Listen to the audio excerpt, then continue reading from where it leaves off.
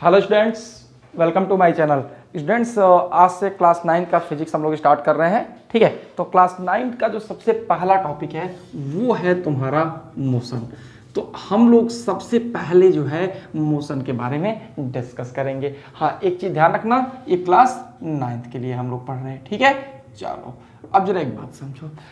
Motion में जो है जो सबसे इम्पॉर्टेंट चीज़, पहले बहुत बेसिक से स्टार्ट करते हैं और बहुत बेसिक से चीज़ों को पढ़ समझने की कोशिश करते हैं। ध्यान देना, अगर मान लो कि कहीं पे से सबसे पहला क्वेश्चन उठता है कि sir what is the motion, देखो ये चीज़ समझो।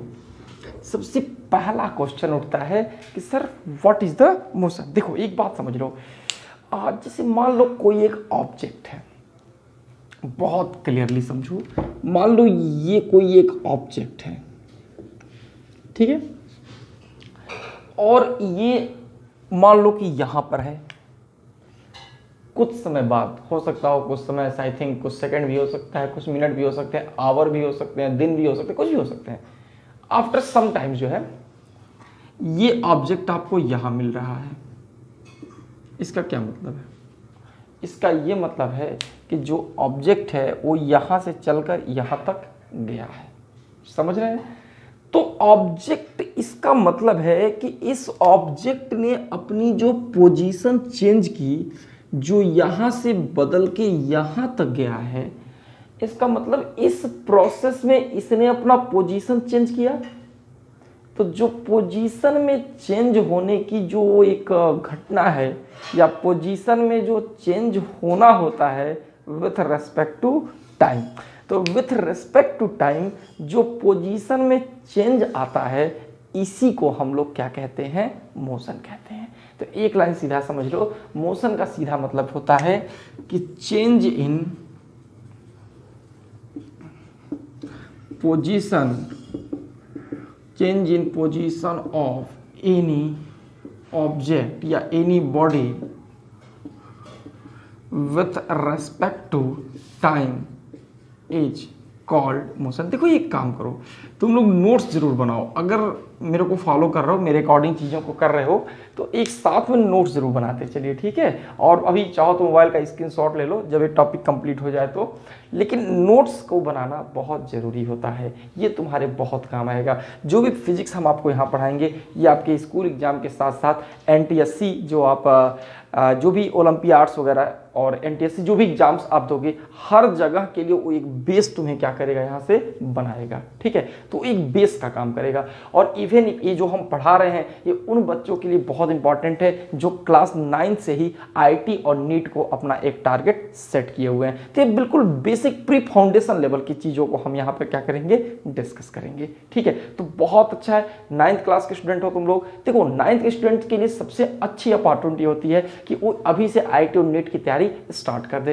कैसे करना है वो मैं बता रहा हूँ। तो अभी बस पहला लेक्चर है, तो मैं बस केवल टॉपिक को कवर कर रहा हूँ। धीरे धीरे जैसे होगा हम आपको स्ट्रेटजी बताएंगे कि 9th के स्टूडेंट को कैसे फिजिक्स कैसे उसको प्रिपेयर करना चाहिए, ताकि 12th तक आते आते वो कंप्लीट IIT एडवांस के क्वेश्चन को करने में सक्षम हो जाए, या नीट जो भी हो, जो भी उसका टारगेट है, वो कंप्लीट सिलेबस अपना तैयार कर सके। चलो कोई नहीं, देखते हैं। तो देखो अभी पढ़ाई करते हैं, मोशन की बात कर रहे थे। देखो मोशन क्या है, मोशन पे फिर बोल रहे हैं, ये होता है अगर कोई बॉडी, कोई ऑब्जेक्ट अगर अपनी पोजीशन में चेंज करे, और पोजीशन में चेंज कैसे हो रहा है? विथ रेस्पेक्ट टू टाइम, मतलब टाइम के सापेक्ष, टाइम के रेस्पेक्ट में वो एक पोजीशन से दूसरे पोजीशन पे जा रहा है। तो इसी फिनोमेना को हम लोग क्या कहते हैं, या इसी घटना को हम लोग कहते हैं कि वो बॉडी जो है वो मोशन कर रहा है। तो समझ गए, मोशन का सीधा मतलब है, मैं फिर बोल रहा हूँ, लास्ट टाइम समझा रहा हूँ, मोशन का मतलब होता है change in position with respect to time, और कुछ नहीं होता है। ठीक है, चलो अब जरा इसके आगे चलते हैं। देखो इसका स्क्रीनशॉट ले लिया करिए आप लोग। अब जरा इसके आगे चलते हैं। देखो अगर हम ये समझने की कोशिश करते हैं कि जो मोशन हुआ उससे हमें क्या क्या और चीजें सीखने को मिलेगी। देखो एक चीज समझा दें, ये जो मोशन है इज ए रिलेटिव टर्म। इसका क्या मतलब है जरा ये समझ लो, ये तुम्हारे लिए समझना बहुत जरूरी है। देखो मोशन एक रिलेटिव टर्म है, क्या मतलब है इसका? देखो जैसे हम एक बात कहते हैं, बहुत बचपन से तुम लोग एक एग्जाम्पल पढ़ते आए हो। मान लो क्लास का कोई स्टूडेंट है और अगर तुमसे टीचर पूछें कि बेटा ये बताओ कि ये स्टूडेंट छोटा है या लंबा है ना, ये शॉर्टर है या टॉलर है, आप अगर आपसे क्वेश्चन पूछा जाए तो आप क्या कहेंगे? आप यही कहेंगे कि सर ये बताइए कि दरअसल इस स्टूडेंट का कंपेयर हमें करना किससे है। देखिए तो जैसे एक होता है ना लंबाई, लंबा है कि छोटा है, ये सारी चीज़ें क्या हैं, यह एक रिलेटिव टर्म है। बिना किसी से कंपेयर किए आप इन सारी चीज़ों की स्टडी नहीं कर सकते हैं। जैसे मेरी बात समझो, मान लो कि कोई लड़का है, कोई स्टूडेंट है और वो इतना लंबा है, समझो इसके बगल में कोई स्टूडेंट है उसकी लंबाई इतनी है और कोई स्टूडेंट है और उसकी लंबाई इतनी। अब जरा देखो इसमें तीन बातें हैं। अगर हम ये मान लो ये बॉय स्टूडेंट ए है, स्टूडेंट बी, स्टूडेंट सी, अगर हम इस स्टूडेंट बी की बात करें तो जो स्टूडेंट बी है ये टॉलर देन ए है, ए की अपेक्षा ये ज़्यादा लंबा है, लेकिन सी की अपेक्षा ये छोटा है। देखिए व्यक्ति तो वही है, स्टूडेंट तो वही है, लेकिन देखो ये ए के रेस्पेक्ट में लंबा है, बी के रेस्पेक्ट में छोटा है।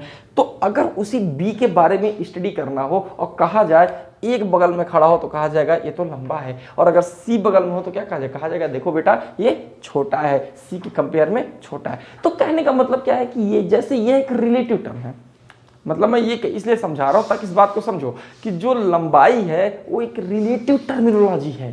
तो जैसे लंबाई तुम्हारी एक रिलेटिव टर्मिनोलॉजी होती है, वैसे ही जो motion in is also a relative terminology, क्योंकि मोशन कभी ना एब्सोल्यूट नहीं होता है, ये हमेशा रिलेटिव होता है। मैं एग्जांपल दे रहा हूं, जैसे मेरी बात समझो, मान लो तुम ऐसे ओरली समझा देते हैं, जरा समझो।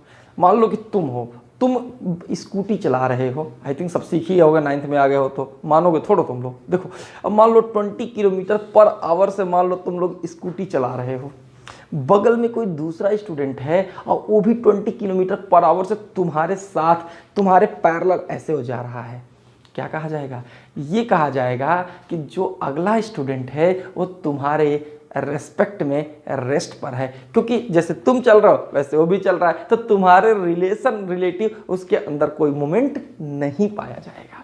आप समझ गए? दूसरा, आप 20 से ही चल रहे हो और जो बगल वाला स्टूडेंट वो 40 किलोमीटर पर आवर चल रहा है, यूं आएगा और ऐसे यूं बगल से निकल जाएगा। समझ रहे हो? अब क्या होगा वहां पे? अब जो दूसरा वाला है क्या कहोगे? अरे मैं तो धीरे चल रहा हूं, ये तो तेज चल रहा है। ऐसा क्या होगा? क्योंकि जो तुम्हारा स्पीड है तो तुम्हारे कंपेयर में उसकी स्पीड ज्यादा है, तो तुमको ऐसा लगेगा कि हम रुके हुए हैं और देखो ये जा रहा है। देखो दोनों ही कंडीशन में जैसे तुम पहले थे वैसे ही तुम अभी भी हो, बट प्रश्न ये है, क्वेश्चन यहाँ पे ये उठता है, जरा समझने की कोशिश करना कि पहली कंडीशन में क्या हुआ कि दोनों का स्पीड सेम था। आप तब भी 20 थे, बाद में भी आप 20 हैं और आप ही को कंपेयर करना है, लेकिन जब बगल वाले की 20 हुई तो रेस्ट दिखा, बगल वाले की 40 हुई तो दिखने लगा।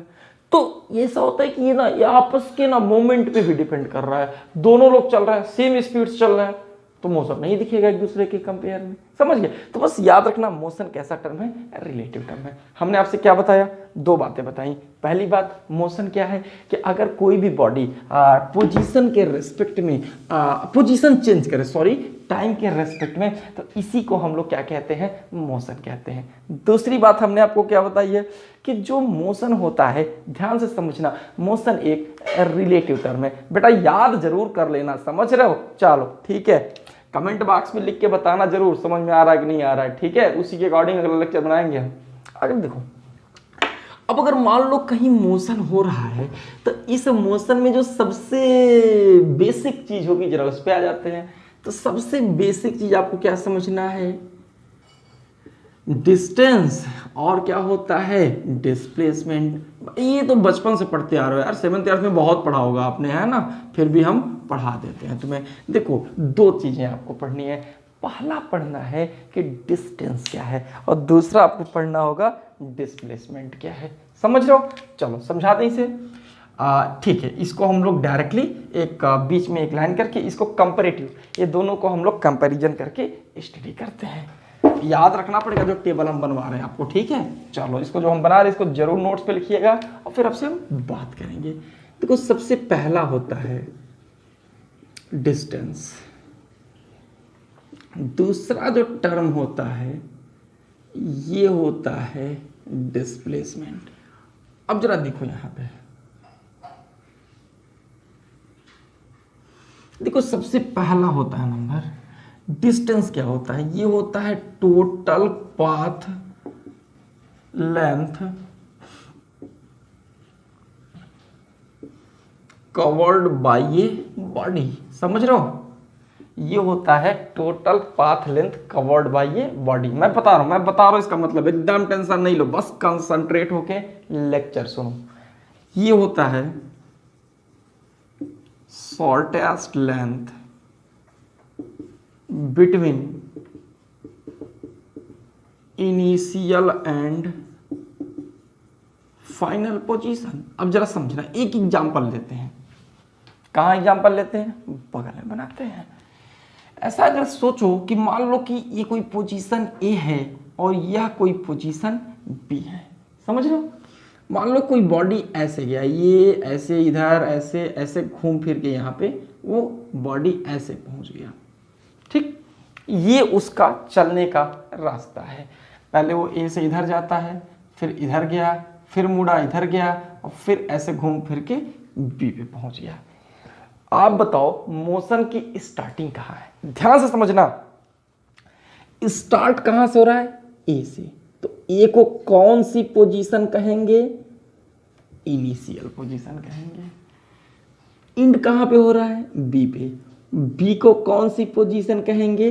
तो फाइनल पोजीशन कहेंगे। समझ रहे हो? अब देखो, तो सवाल ये है कि डिस्टेंस क्या होता है?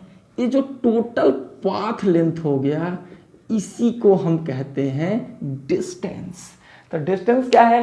Total path length. देखो ए से चलना शुरू हुआ, इस सारे रास्ते की लंबाई आपने क्या किया? कंपेयर कर लिया और आपको डिस्टेंस मिल गया।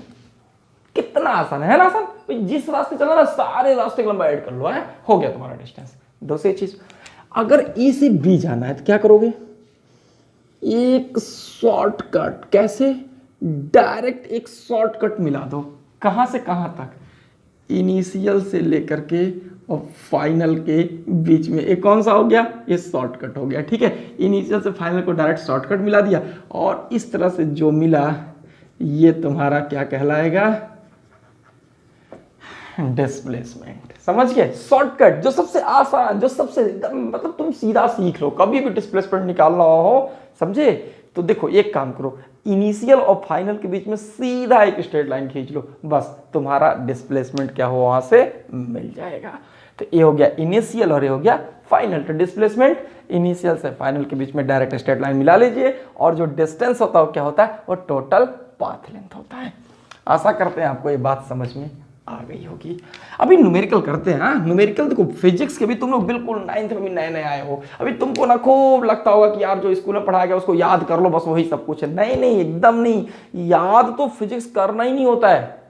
फिजिक्स तो भैया समझने की भाषा है। आपको बेटा सिर्फ समझना है। जितना समझोगे उतनी अच्छी न्यूमेरिकल पे प्रैक्टिस होगी और जितनी अच्छी न्यूमेरिकल पे प्रैक्टिस होगी तुम्हारी फिजिक्स उतनी ही क्या होगी? स्ट्रांग होगी। ठीक है, चलो आगे देखते हैं। दूसरा पॉइंट, अभी हमने क्या बात किया? याद हो गया होगा, एकदम याद कर लीजिए कि डिस्टेंस क्या होता है? Total path length covered by. Displacement क्या होता है? Shortest length between initial and final position. Distance जो होता है ना, इट इज, ध्यान दीजिएगा, ऑलवेज पॉजिटिव। ये समझ लेना, डिस्टेंस हमेशा क्या होता है? पॉजिटिव होता है। डिस्टेंस ऑलवेज पॉजिटिव होगा। डिस्प्लेसमेंट, अभी जब न्यूमेरिकल करोगे ना तो समझ में आएगा मैं क्या कह रहा था। It may be positive, negative और जीरो। ये पॉजिटिव भी हो सकता है, नेगेटिव भी हो सकता है और जीरो भी हो सकता है। कौन? डिस्प्लेसमेंट। समझ गए? तीसरी बात देखो, ये जो है ना, शायद हो सकता है तुम लोग ना पढ़े हो, नहीं पढ़े होगे तो हम बाद में एक लेक्चर के थ्रू समझा देंगे जो हम पढ़ाने जा रहे हैं। जो अभी याद कर लो, it is a scalar quantity. जो आपका डिस्टेंस होता है ये कैसी क्वांटिटी है? ये तो एक प्रकार का स्केलर क्वांटिटी हो गया। और जो ये डिस्प्लेसमेंट है कैसी क्वांटिटी है? It is A vector quantity हो गया। ठीक, एकदम ध्यान से समझना। ये कैसी क्वांटिटी हो गई, ये हो गई तुम्हारी वेक्टर क्वांटिटी। तो ध्यान देना कि जो आपका डिस्टेंस है वो स्केलर क्वांटिटी होगा और जो डिस्प्लेसमेंट होगा वो कैसे क्वांटिटी है, वो वेक्टर क्वांटिटी है। अगर हम नेक्स्ट पॉइंट पर चलें तो देखो क्या होगा। नेक्स्ट पॉइंट पे इसकी जो यूनिट होगी वो मीटर आएगी और इसकी भी जो यूनिट होगी वो मीटर ही आएगी। ध्यान देना, मीटर समझ रहे हो, मीटर बिल्कुल, दोनों की यूनिट जो होती है यम यम मीन्स मीटर, दोनों की यूनिट मीटर होती है। हाँ बेटा, एक चीज हो सकता है, ये हो सकता है आप लोग अभी तक स्केलर और वेक्टर के बारे में ना पढ़े हो, कोई बात नहीं, हम उसको बता देंगे। ठीक है, अभी याद कर लो। चलो स्क्रीनशॉट ले लो इसका। चलो आगे चलते हैं, एक न्यूमेरिकल करो छोटा सा।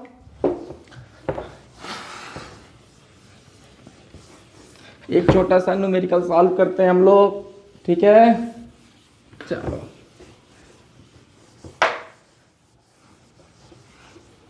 क्या होगा जरा समझो। अगर मान लो कि तुम्हारे पास एक क्वेश्चन ऐसे आ गया कि फाइंड डिस्टेंस एंड डिस्प्लेसमेंट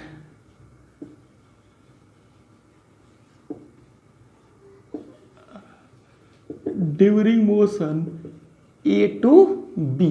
ठीक, क्या करोगे जरा समझो। मान लो ए से चलना शुरू किया, आप ऐसे समझ लो, ऐसे गए हो, ऐसे गए,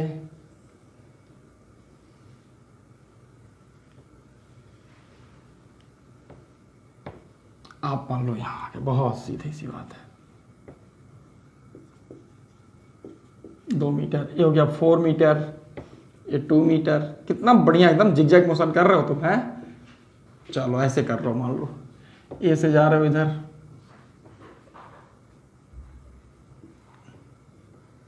ऐसे। तो आप कहां से चलना शुरू किए, आपने चलना शुरू किया ए से और कहां पहुंच गए, बी पे।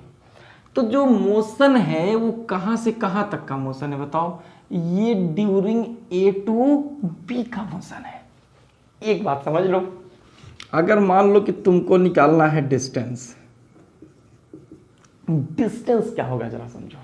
ये से दिया, ये रास्ता है ऐसे, कितना होगा डिस्टेंस बताओ, 2 2 4 4 8। देखो कितना आसान है ना, मैंने क्या बोला, टोटल पाथ लेंथ डिस्टेंस, और जो शॉर्टेस्ट हो जाएगा वो क्या हो जाएगा, डिस्प्लेसमेंट। जैसे देखो 2 2 4 4 8 2 10 14 16 18, हो गया कि नहीं हो गया, देखो कितना आसान है, नहीं हो गया।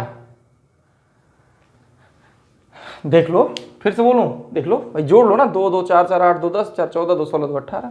तो डिस्टेंस कितना हो गया, सीधे 18 मीटर, क्योंकि जितना रास्ता इसको सोचदाम ऐसे जोड़ लो। ठीक, दूसरा, अगर मान लो तुम बात कर रहे हो डिस्प्लेसमेंट का, तो डिस्प्लेसमेंट कितना आएगा ये बताओ। अब सोचो इनिशियल पोजीशन कौन सा है, ये, फाइनल कहां पहुंचा, यहां पे। तो डायरेक्ट एक शॉर्टकट के थ्रू मिला दो ऐसे, ये लाइक दैट, नहीं बन गया, देखो ये इनिशियल और ये हो गया फाइनल। तो जो डायरेक्ट शॉर्टकट ही क्या होगा, डिस्प्लेसमेंट। और कैसे निकलेगा, ये 2 है, ये 2 है, ये 2 है, तो कुल कितना हो गया, 6 मीटर। तो सोचो यहां से डिस्टेंस कितना हो गया, 18 मीटर, और डिस्प्लेसमेंट 2 2 2 है ना। देखो कितना आसान है, इसको इसको इसको ऐड कर लिया तो कुल कितना हो गया, 6 मीटर। समझ गए, पक्का ये क्वेश्चन समझ में आ गया होगा तुमको, ठीक है। नहीं तो एक बार फिर से बैक करके देख लेना, फिर भी नहीं आएगा तो कमेंट बॉक्स में बताओगे तो मैं पक्का अगला वीडियो इसी पे बनाऊंगा, ठीक है, खूब ढेर सारे क्वेश्चन लेके। ठीक, चलो एक छोटा सा क्वेश्चन और कर लो लास्ट में।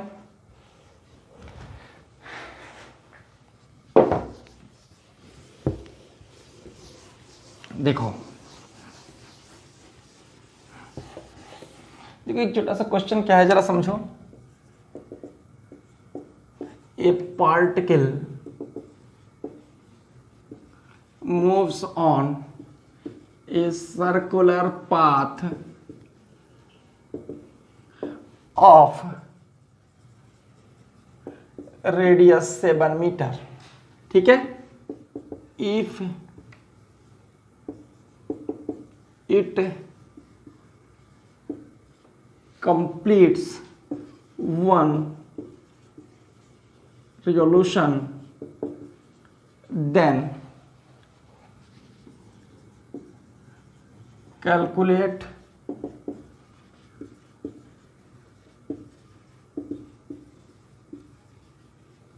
Distance and displacement. समझ गए, कितना आसान क्वेश्चन है। क्वेश्चन क्या है, कोई पार्टिकल ऐसे गया और एक कंप्लीट रिवोल्यूशन का मतलब क्या हुआ कि जहां से गया फिर घूम फिर के वहीं पर वो क्या किया है, फिर से वो बेटा पहुंच गया है। तो जहां से चलना शुरू किया था घूम फिर के फिर वो, ये सर्किल नहीं बनता बेटा मुझसे। फिर बनाने की कोशिश करता हूं। अरे वाह, ये तो बन गया, चलो और शुक्र है जो बन गया। चलो ए से चलना शुरू किया, ठीक है। नहीं, ये तो सेंटर है ना, ये तो इसका सेंटर है। अब क्या हुआ यहां से, ओहो, ये इसका रेडियस है। रेडियस कितना है, 7 मीटर। तो अब क्या हुआ, देखो जहां से तुम चलना शुरू किए, ध्यान देना, यहां चलना शुरू किए है ना, मान लो ऐसे तुम चल रहे हो, ठीक ऐसे। तो जहां से चलना शुरू किया वहां से क्या हुआ, फिर घूम फिर के आप वहीं पहुंच गए, ठीक है। तो जो इसका डिस्टेंस होगा, मतलब एक कंप्लीट में तो कुल कितना डिस्टेंस ट्रेवल करेगा आप बताओ, जितना इसका पूरा एक सरकमफ्रेंस होगा। तो ये हो जाएगा 2 पाई r, ये हो जाएगा 2 पाई इंटू 7, ये हो जाएगा, आप वैल्यू इसका पुट कर लोगे तो 2 इंटू 22/7 इंटू 7 कट गया, और ये हो जाएगा तुम्हारा 44 मीटर। तो इसका जो डिस्टेंस होगा वो आपका कितना हो गया, 44 मीटर हो गया, ठीक है। 2 पाई r एक पूरा पेरीफेरी के इक्वल हो जाएगा, ठीक। चलो आगे देखो, अगर मान लो तुम्हें इसका निकालना है डिस्प्लेसमेंट, कितना आसान है, तुम बताओ डिस्प्लेसमेंट कितना होगा, सोच के बताओ, चलो सोच के बताओ, सोचो, बता तो नहीं सकते हो कमेंट बॉक्स में लिख के, वैसे भी कमेंट बॉक्स में तुम आंसर देख के लिख दोगे तुम लोग, ठीक है, कोई बात नहीं, तुम बस सोचो। चलो हम बताते हैं। देखो जहां से इसने चलना शुरू किया, इनिशियल क्या है इसका, यहां से, और फिर घूम फिर कहीं पहुंच गया, तो फाइनल भी कहाँ हो गया, वहीं हो गया। तो जहां से इसने चलना शुरू किया था ये फाइनली पहुंचा भी वहीं पे। तो डिस्प्लेसमेंट कितना हो जाएगा, वो हो जाएगा आपका 0। तो डिस्टेंस 44 मीटर, और तब भी कभी इनिशियल और फाइनल एक जगह पे हो जाए तो डिस्प्लेसमेंट इसका कितना आ जाएगा, वो आ जाएगा 0। समझ गए। तो बहुत आसानी से तुम्हें ये सारी बातें समझ में आ गई होंगी, कोई दिक्कत तो नहीं है। एक लास्ट की पॉइंट याद रखो, फिर लेक्चर फिनिश करते हैं, ठीक। ये समझ लो 0 क्या हुआ ना, जहां से चला फिर वहीं आ गया ना, इसीलिए बीच में कोई डिस्टेंस रही नहीं इनिशियल फाइनल के बीच में। चलो एक लास्ट बात याद रखना, देखो बहुत सारी बातें हमने डिस्टेंस डिस्प्लेसमेंट पे डिस्कस की। डिस्टेंस क्या है, total path length covered by a body. Displacement क्या है, तो shortest length between initial and final position. अब जरा एक और बात समझो, एक की पॉइंट याद रखना कि जो भी तुम्हारे पास ये डिस्प्लेसमेंट होता है, ये हमेशा ऑलवेज, ध्यान दीजिएगा, इसका मैग्नीट्यूड मतलब आप साइन नहीं लेंगे, इसकी जो वैल्यू होगी वो always less than or equal to क्या होती है, डिस्टेंस होता है। ये हमेशा less than or equal to क्या होता है, डिस्टेंस। देखो मैक्सिमम जो डिस्प्लेसमेंट होगा वो डिस्टेंस के इक्वल हो सकता है, समझ रहे हो। उससे बड़ा कभी भी डिस्प्लेसमेंट डिस्टेंस से बड़ा नहीं हो सकता है, हाँ डिस्टेंस बड़ा हो सकता है। तो आप लोग बिल्कुल अच्छे से तैयारी करो, खूब मन से पढ़ाई करो, ठीक है। तो आज के लेक्चर में इतना ही, नेक्स्ट लेक्चर में हम लोग अगले टॉपिक को कवर करेंगे। और इस चैनल को खूब सारे फ्रेंड्स से सब्सक्राइब कराइए, खूब शेयर करिए वीडियो को, ठीक है, और खूब मन से पढ़िए, ठीक। चलो थैंक यू, बाय।